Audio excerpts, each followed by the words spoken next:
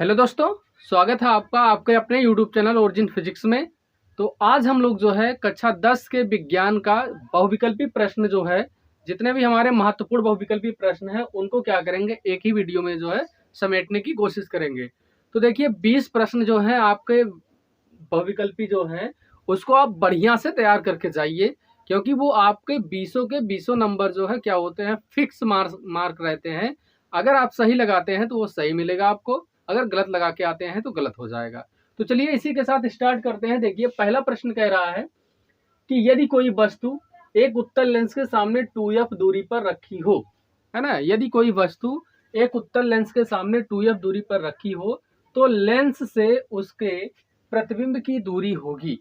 तो लेंस से उसके प्रतिबिंब, अगर वस्तु 2f दूरी पर रखी जाती है तो ध्यान दीजिए, तो लेंस से उसके प्रतिबिंब की दूरी अर्थात जो प्रतिबिंब बनता है वो कहां पर बनता है, 2f पर बनता है। कहां पर बनता है, 2f पर। अगर वस्तु लेंस से 2f दूरी पर रखी है तो प्रतिबिंब भी कहां पर, कितनी दूरी पर होती है, 2f दूरी पर बनती है। ठीक है।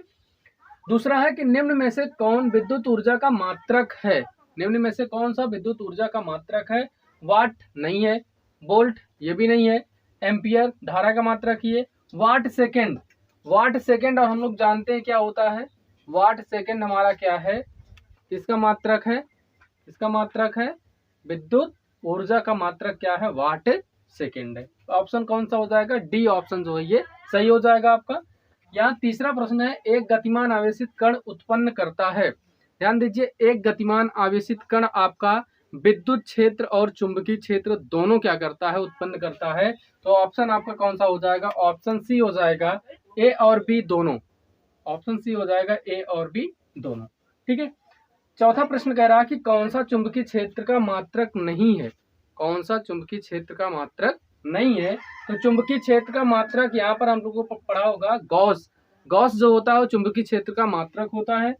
वेबर प्रति मीटर स्क्वायर भी क्या है, चुंबकीय क्षेत्र का मात्रक है। टेस्ला ये भी जानते हैं, टेस्ला भी क्या है, चुंबकीय क्षेत्र का मात्रक।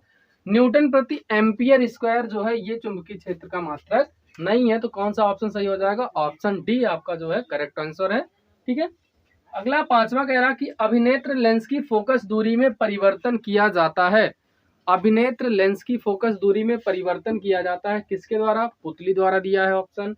अगला है दृष्टिपटल द्वारा, सी वाला है पक्षमाभी द्वारा, और डी वाला ऑप्शन है आपका परितारिका द्वारा। ठीक है, ये दिया हुआ है ऑप्शन है।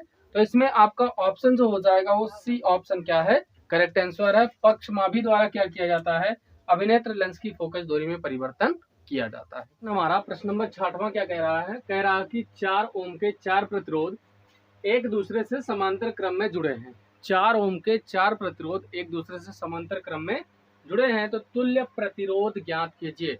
तो तुल्य प्रतिरोध कैसे ज्ञात करते हैं, देखिए समांतर क्रम में जब जुड़ा रहता है तो 1/r बराबर होता है 1/r1 plus 1/r2 plus 1/r3 plus 1/r4, यही होता है।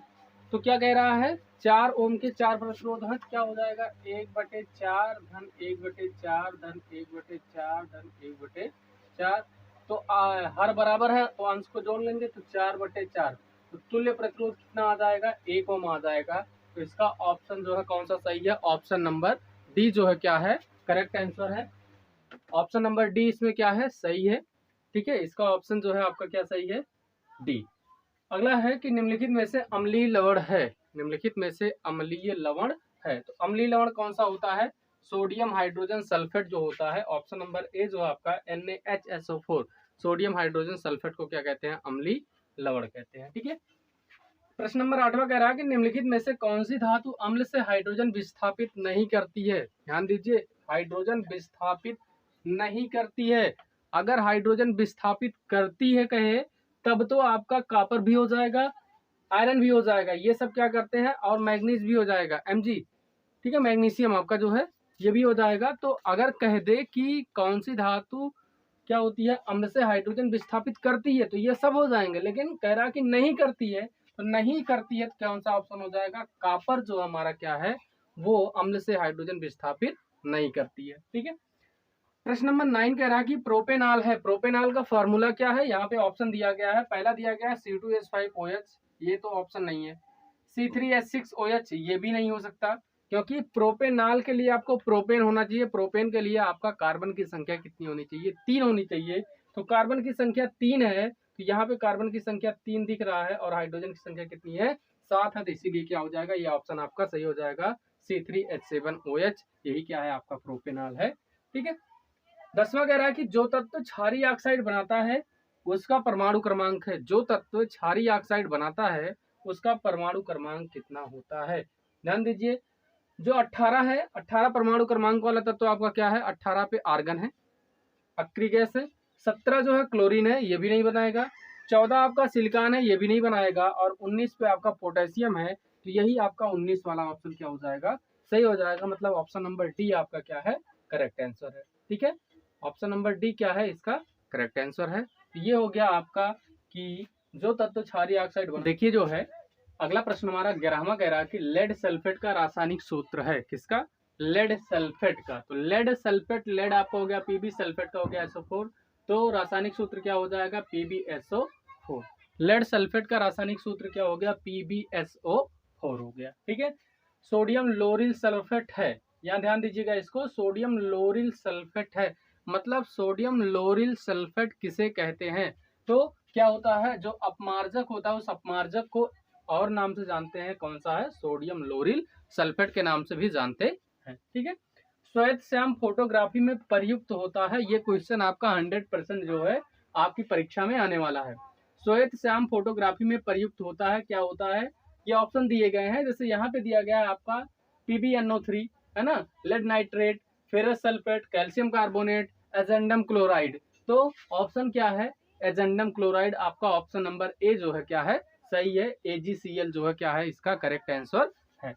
आगे कह रहा है कि कृमि रूप परिशोषिका भाग है, ध्यान दीजिएगा कि कृमि रूप परिशोषिका भाग होता है, कह रहा है क्षुद्रांत का, बृहदांत का, सीकम का या कोलन का।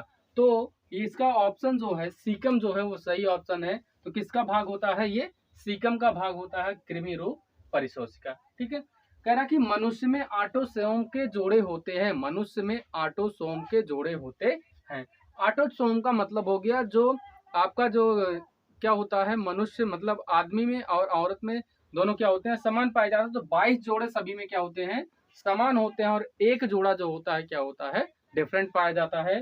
तो मनुष्य में ऑटोसोम के जोड़े कितने होते हैं, 22 जोड़े। जो प्रश्न नंबर 16वां क्या कह रहा है, 16वां प्रश्न कह रहा है कि TH मॉर्गन ने अपना अनुवांशिकी का प्रयोग किस पर किया, है ना। TH मॉर्गन ने अपना अनुवांशिकी का प्रयोग किस पर किया। ऑप्शन है आपका घरेलू मक्खी, बालू मक्खी, फल मक्खी या सीसी मक्खी।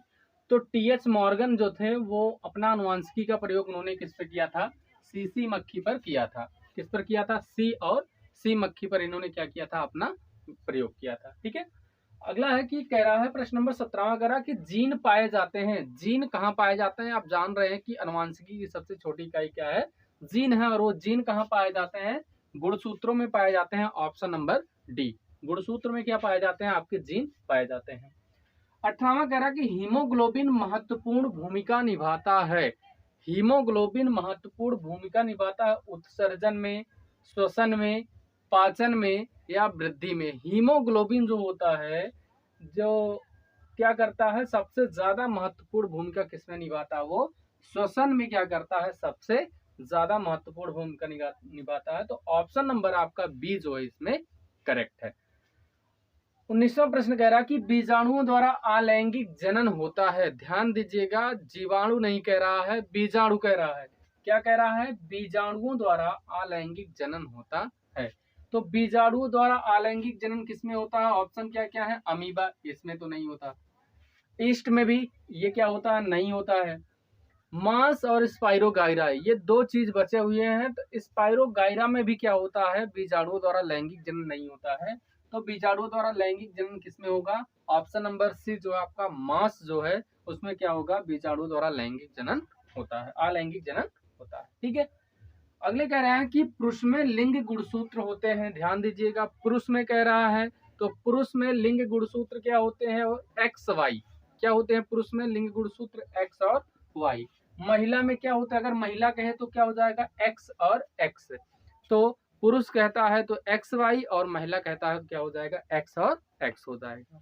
तो इसी के साथ जो जो है हम लोग क्या करेंगे अगले नेक्स्ट वीडियो में, और भी जो है जितने भी आपके महत्वपूर्ण बहुविकल्पी प्रश्न हैं उनके साथ जो है अगली वीडियो में मिलेंगे। तो इसी के साथ जय हिंद, जय भारत।